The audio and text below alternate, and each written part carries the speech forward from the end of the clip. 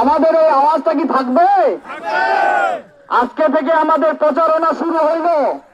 আজকে থেকে দেশটা জমিনুদ্দিন সরকার, ওনার দ্বারা উন্নয়ন হয়েছে।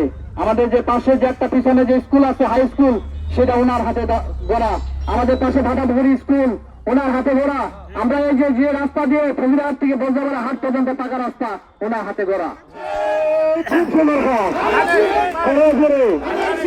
পঞ্চগড়ে কোনো মার্গ আছে?